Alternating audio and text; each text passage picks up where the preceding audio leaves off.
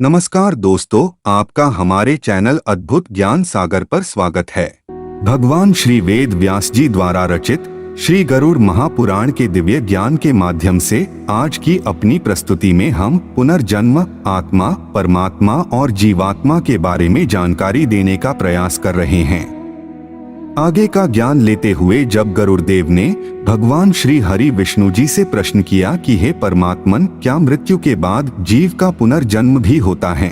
मैंने सुना है कि आत्मा अजर अमर है, आत्मा को कोई छू नहीं सकता, आत्मा को अग्नि जला नहीं सकती, आत्मा को पानी बहा नहीं सकता, आत्मा को वायु उड़ा नहीं सकती, आत्मा को काटा या छेदा नहीं जा सकता है, आत्मा अविनाशी है, उसको कोई भी किसी भी प्रकार से कष्ट नहीं पहुंचा सकता है।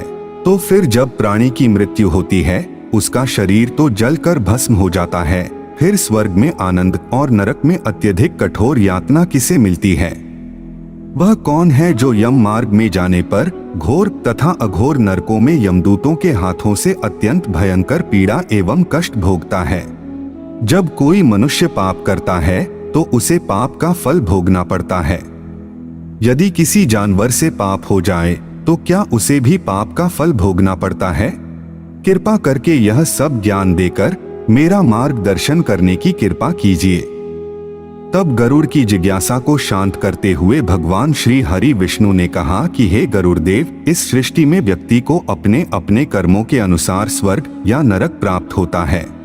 फिर जब उसके पाप और पुण्यों के अनुसार उसके सुख दुख को भोगने का हिसाब समाप्त हो जाता है, तब फिर से वह इसी मृत्युलोक अर्थात पृथ्वी में जन्म लेता है। इसी को पुनर्जन्म कहते हैं। इस मृत्यु लोक को कर्म लोक भी कहा जाता है, क्योंकि इसी लोक में प्राणी को वह सब कर्म करने का अधिकार है जिससे उसका प्रारब्ध बनता है।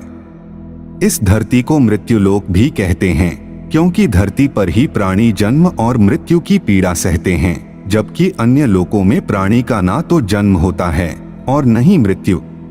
अतः मृत्यु केवल इस शरीर की होती है, आत्मा की नहीं, क्योंकि आत्मा का न तो जन्म होता है और ना ही मृत्यु होती है। आत्मा को किसी भी स्थान पर या किसी भी काल में सुख और दुख छू भी नहीं सकते हैं। इस प्रकार आत्मा परमात्मा का प्रकाश रूप है और परमात्मा माया के अधीन नहीं रहते, बल्कि माया स्वयं ही परमात्मा के अधीन रहती है। सुख दुख तो माया की रचना है। इसीलिए जब माया परमात्मा को अपने घेरे में नहीं ले सकती, तो माया के रचे हुए सुख या दुख परमात्मा के प्रकाश आत्मा को कैसे छू सकते हैं? सुख दुख तो केवल शरीर के भोग हैं, आत्मा के नहीं। मृत्यु भी केवल शरीर की ही होती है, आत्मा की नहीं। हे गरुड़देव, जीवात्मा क्या है, इसके विषय में सुनो। जब किसी भी व्यक्ति की मृत्यु होती है तो बाहर का स्थूल शरीर ही मरता है, उसके अंदर जो सूक्ष्म शरीर रहता है वह नहीं मरता। उसी सूक्ष्म शरीर में आत्मा रूपी प्रकाश रहता है। वह सूक्ष्म शरीर ही आत्मा के प्रकाश को अपने साथ लेकर मृत्यु लोक से निकलकर दूसरे लोकों को चला जाता है। उसी सूक्ष्म शरीर को जीवात्मा कहते हैं। जैसे समुद्र के अंदर जल की एक बूंद समुद्र से अलग नहीं है, बल्कि उसी महासागर का एक हिस्सा है, परंतु कोई उस बूंद को बर्तन में भर कर ले जाए तो वह निश्चित ही अलग दिखाई देती है। इसी प्रकार सूक्ष्म शरीर रूपी जीवात्मा उस आत्म ज्योति के प्रकाश को अपने अंदर रखकर अपने साथ ले जाता है। यही जीवात्मा की यात्रा है। जीवात्मा एक शरीर से दूसरे शरीर में, एक योनि से दूसरी योनि में गमन करती रहती है।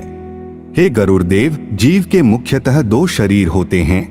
पहला है बाहर से दिखने वाला शरीर, जिसे स्थूल शरीर कहते हैं, और दूसरा है सूक्ष्म शरीर, जहां आत्मा निवास करती है। सूक्ष्म शरीर का आकार प्राणी के बाहरी स्थूल शरीर के जैसा ही होता है, परंतु वह अत्यंत सूक्ष्म होता है। यह किसी भी मानवीय चक्षुओं से दिखाई नहीं देता है, क्योंकि वह पंचतत्वों अर्थात अग्नि, वायु, जल, पृथ्वी तथा आकाश से विहीन होता है। स्थूल शरीर के अंदर भिन्न भिन्न स्तर पर 5 शरीर होते हैं। पहला जो शरीर है उसे अन्नमय कोश कहते हैं। यह शरीर सभी को दिखाई देता है।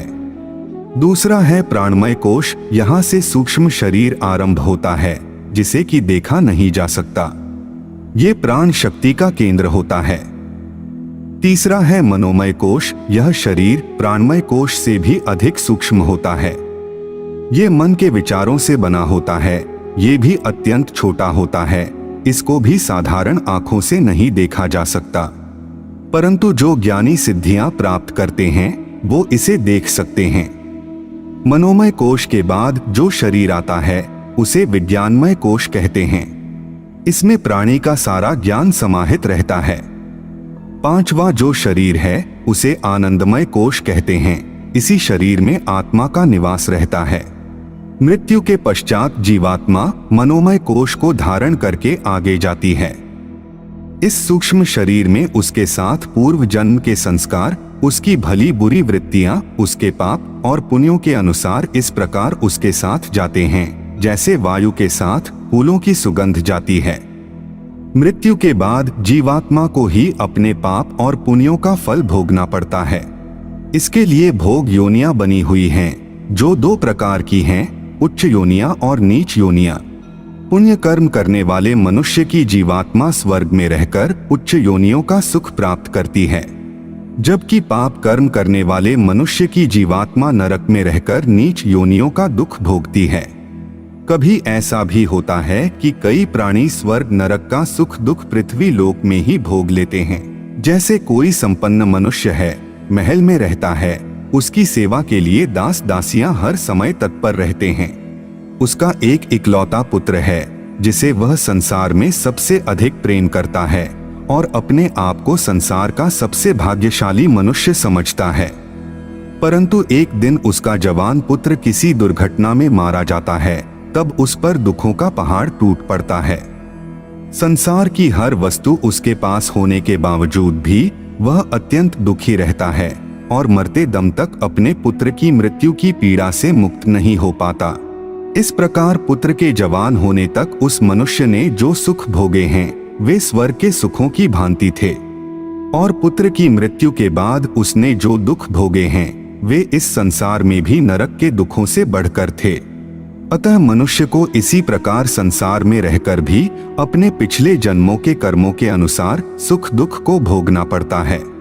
हे गरुड़देव, जो मनुष्य अपने जीवन काल में पुण्य करता है तो मृत्यु के बाद उसे अपने किए हुए पुण्यों के द्वारा किन्नर, गंधर्व अथवा देवताओं की योनियां प्राप्त होती हैं और स्वर्गलोक में तब तक रहता है जब तक कि उसके पुण्य क्षीण नहीं हो जाते, अर्थात जितने उसने पुण्य किए होंगे उतनी देर तक ही उसे स्वर्गलोक में आनंद प्राप्त होता है। जब पुण्यों के फल की अवधि समाप्त हो जाती है तो फिर से उसे पृथ्वी लोक में जन्म लेना पड़ता है। उच्च योनि में देवता बनकर प्राणी जो अच्छे कर्म करता है, या नीच योनि में जाकर प्राणी जो क्रूर कर्म करता है, उन कर्मों का उसे कोई फल नहीं मिलता है, क्योंकि वे सब भोग योनियां हैं। वहां प्राणी केवल अपने अच्छे या बुरे कर्मों का फल भोगता है। इन योनियों में किए हुए कर्मों का पुण्य अथवा पाप उसे नहीं लगता। केवल मनुष्य योनि में किए गए कर्मों से ही पुण्य या पाप होता है, क्योंकि यह कर्म योनि है।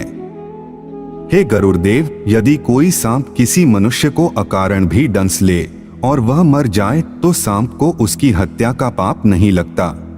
इसी तरह शेर किसी जानवर को मारकर उसकी हत्या करता है तो उसे भी उसकी हत्या का पाप नहीं लगता।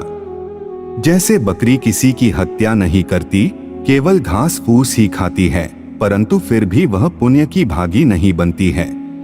परंतु यदि कोई व्यक्ति किसी जीव की अकारण ही हत्या करता है तो उसे पाप अवश्य ही लगेगा।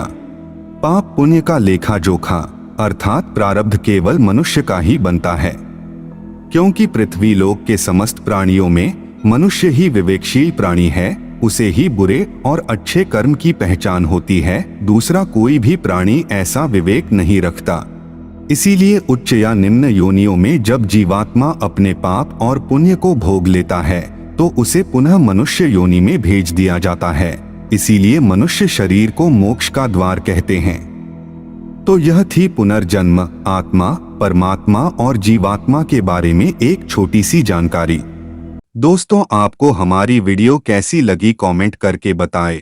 ऐसी ही ज्ञानवर्धक शास्त्र से संबंधित बातें जानने के लिए हमारे चैनल को सब्सक्राइब करें और बेल आइकन को दबाएं ताकि चैनल पर डाला गया वीडियो सबसे पहले आपके पास पहुंचे। इस वीडियो को देखने के लिए आपका बहुत बहुत धन्यवाद।